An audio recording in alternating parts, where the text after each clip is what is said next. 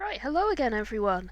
So this next video is going to focus on the armour, specifically the chest armour, the back armour, the shoulder armour, all those bits.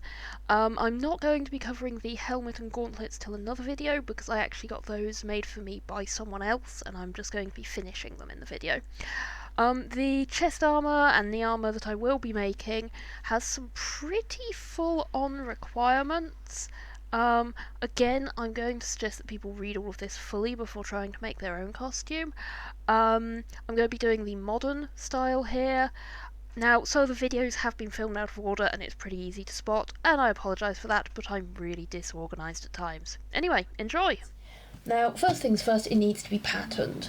There are lots of patterns up there online for either specific characters or for kind of generic looks.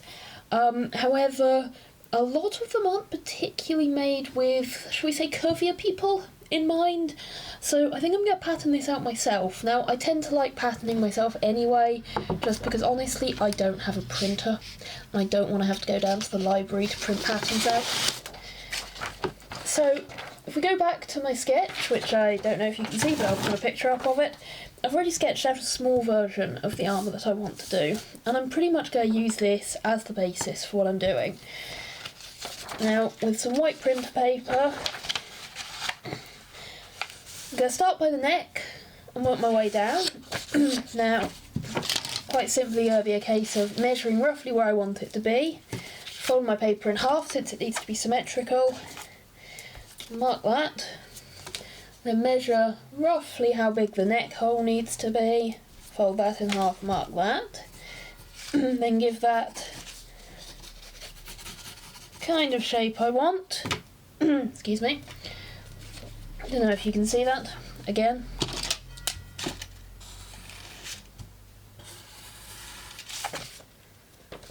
And then cutting that out will give a rough idea of the neck shape. Now, it's perfectly fine to cut things with a bit of excess, hold them up to yourself, and then figure out where you need to go from there. With that sorted, you'll fold it back in half and get it lined up with the edge of a fresh sheet of paper, ready to sketch out the first chest panel.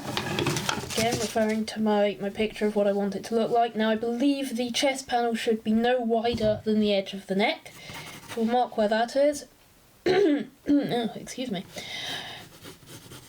Give a nice wide gap there.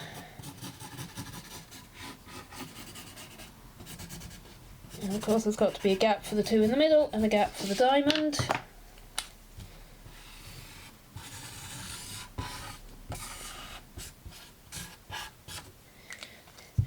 Draw out a rough template, then copy that onto another piece of paper, and then I'll do the same for the ab piece, just kind of pattern it below this one, fold it in half, and then I'll get them up on the dummy.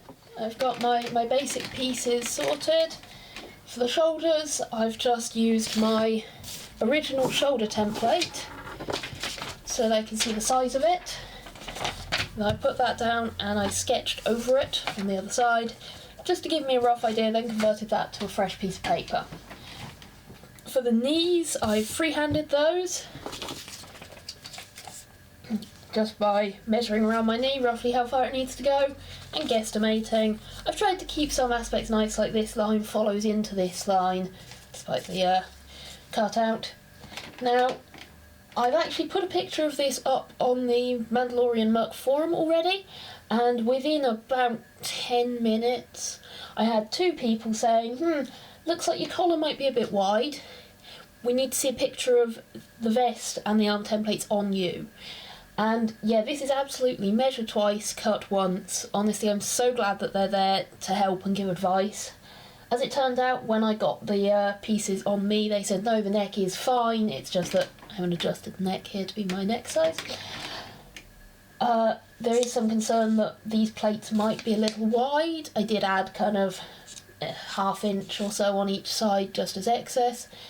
And as they've suggested, I'm going to cut them out of Sintra as they are, and then see if the excess needs to be taken off, then but considering they need to bend a little, it might be good to have that excess so they don't end up too short. Okay, so this is the stuff I'm using for the armour. This is known as Sintra Foamex or Foam Board, I've heard it called. Now, the problem with it being called foam board is that I've also seen other products called foam board. Specifically, this is a kind of thermoplastic. It comes in sheets. This is the 3mm thick, and as you can see, it's got some flex, but it's quite rigid.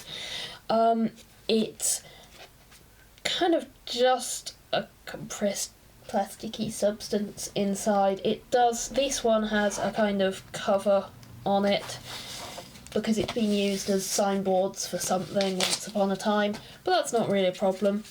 The other kind of foam board you can buy is kind of like card or a thin plastic layer with a squishy foam in between. That stuff will not work for this. That stuff can't be heat bent, whereas this stuff can be heat bent.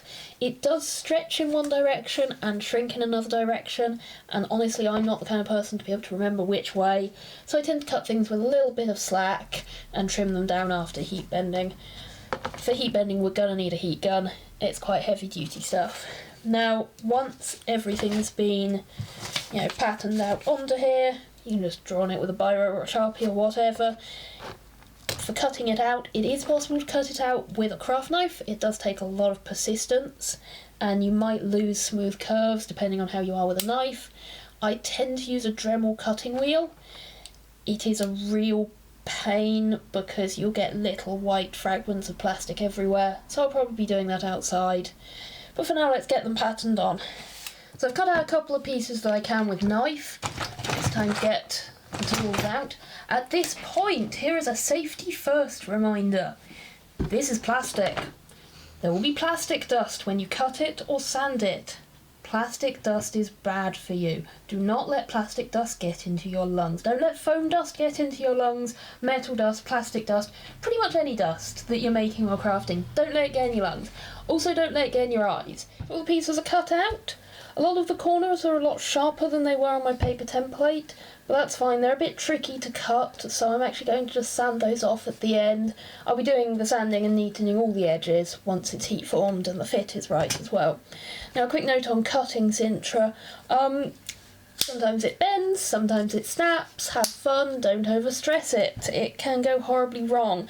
Particularly the danger point is where you've got something mostly cut out and you go to pull it out, and then you might snap it. I haven't done that to any of my pieces, just the waste around the outside, but I thought it was worth mentioning. So next we're on to heat forming. And welcome to my kitchen.